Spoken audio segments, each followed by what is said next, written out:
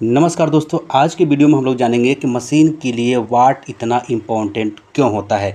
किसी भी तरह का जो मशीन होता है दोस्तों, उसके लिए वाट बहुत ज़्यादा इम्पोर्टेंट होता है, क्योंकि बिजली बिल हम वाट के हिसाब से देते हैं। लेकिन जैसे ही दोस्तों हम एसी सप्लाई में वोल्टेज और पावर फैक्टर को घटाते हैं, तो क्या होता है, पावर हमारा कम हो जाता है। तो चलिए दोस्तों, इसको हम एक एक एग्जाम्पल के थ्रू समझेंगे कि आखिर ऐसा क्यों होता है। दोस्तों, हमारे पास तीन ही फार्मूला होता है, डीसी हो या फिर एसी हो, उसको पावर निकालने के लिए। सबसे पहले दोस्तों होता है, यहाँ स्टेप वन हम समझेंगे कि P बराबर वोल्ट इंटू एम्पियर। ये किस में होता है दोस्तों? ये होता है हमारा डीसी में दोस्तों, ठीक है। वैसे ही दोस्तों P बराबर volt into ampere into cos theta यानी कॉस फाई होता है, ये होता है दोस्तों सिंगल फेज एसी में। वैसे ही दोस्तों P बराबर √3 into volt into ampere into cos phi होता है, ये होता है दोस्तों थ्री फेज एसी में। यही तीनों फार्मूला से हम क्या करते हैं दोस्तों, पावर निकालते हैं। यदि डीसी हो तो हम इस फार्मूला का यूज करेंगे, सिंगल फेज एसी हो तो इस फार्मूला का यूज करेंगे, और यदि थ्री फेज एसी हो तो हम इस फार्मूला का यूज करेंगे। और इन्हीं फार्मूला के थ्रू हम समझेंगे कि वोल्टेज, करंट और पावर फैक्टर, इन तीनों का क्या रिलेशन है जब हम वाट में इसे हम कन्वर्ट करेंगे। ठीक है दोस्तों, यहाँ पर हमने दोस्तों एग्जाम्पल लिया है कि वोल्टेज हमारे पास 200 है और यहाँ पर पावर फैक्टर 0.9 है। यदि हम इसे सिंगल फेज में दोस्तों यूज करते हैं तो पावर कितना निकल के आएगा?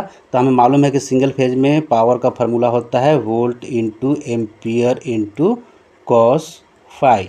ठीक है, अब जब हम इसमें रखेंगे, वोल्टेज हो जाएगा हमारा 200, यहाँ पर हम 1 एम्पियर लेके चलते हैं तो यहाँ पर हम 1 रख देते हैं, और कॉस थीटा दोस्तों हमारे पास यानी कॉस फाई हमारे पास 0.9 है। जब हम इन सब को मल्टीप्लाई करेंगे तो ये निकल के आ जाएगा 180 वाट। ठीक है, ये तो वाटेज का हमने यहाँ पर निकाला है। अभी आपको समझाएंगे कि वोल्टेज घटने से कैसे प्रॉब्लम आ रहा है वाटेज में, ठीक है, करंट कैसे बढ़ रहा है। अब यहाँ पर हम क्या करेंगे नेक्स्ट टाइम में, यहाँ पर हम दोस्तों वोल्टेज को घटा देंगे। वोल्टेज यहाँ पर हम रख देंगे 180, यानी कि V हो जाएगा यहाँ पर 180, और जो हमारे पास दोस्तों पावर फैक्टर है, पावर फैक्टर को भी यहाँ पर हम घटा देंगे, ये हो जाएगा 0.8 हो जाएगा। ठीक है, अब देखिए दोस्तों, हम सिंगल फेज में यदि इसका हम यूज करें तो हमें मालूम है फार्मूला P बराबर क्या हो जाएगा, volt into ampere into cos phi. ठीक है दोस्तों, अब यहाँ पर वोल्टेज हमारे पास हो गया है 180, यहाँ पर हम एम्पियर फिर से हम 1 एम्पियर ही लेते हैं। ठीक है, तो यहाँ पर 1 हो जाएगा और उसके बाद यहाँ पर हो जाएगा 0.8। ठीक है, जब हम इन सबको मल्टीप्लाई कर देंगे तो कितना निकल के आ जाएगा, 144 वाट।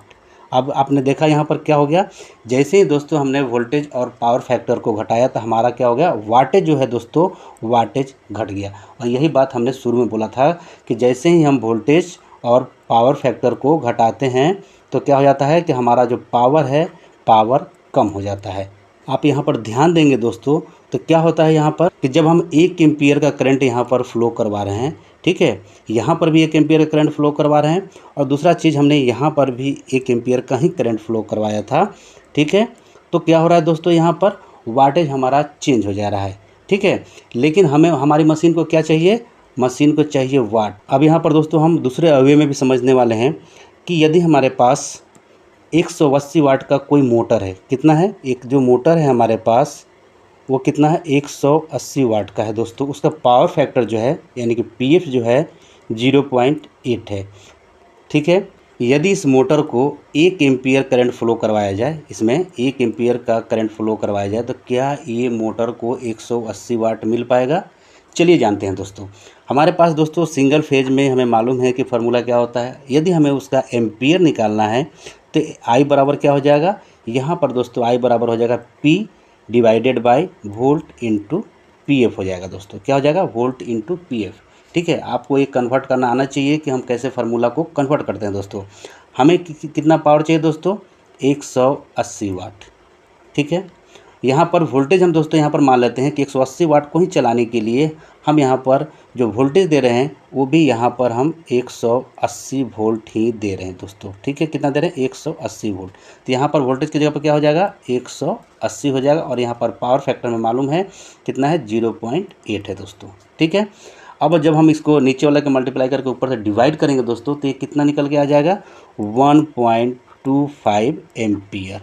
अब आपको समझ में आया कि 180 वाट को चलाने के लिए हमें कितना एम्पियर की ज़रूरत पड़ रहा है, 1.25 एम्पियर। अब यहाँ पर आपने देखा कि 180 वाट का मोटर चलाने के लिए जब 1.25 एम्पियर लेके चल रहा है तो यहाँ पर आपने क्या अंतर देखा कि यहाँ पर दोस्तों एम्पियर बढ़ गया। इससे क्या मालूम चल रहा है कि हमें जो पावर चाहिए यानी कि 180 वाट जो हमें पावर चाहिए इस मोटर के लिए, तो हमें 180 वाट ही चाहिए। ठीक है, इसमें क्या हो जा रहा है, इसमें हमारा करंट बढ़ जा रहा है दोस्तों। और यहाँ पर जैसे ही हम वोल्टेज को बढ़ा देते हैं, पावर फैक्टर को बढ़ा देते हैं, तो क्या हो जाएगा, ये जो हमारा करंट है दोस्तों, करंट कम हो जाएगा।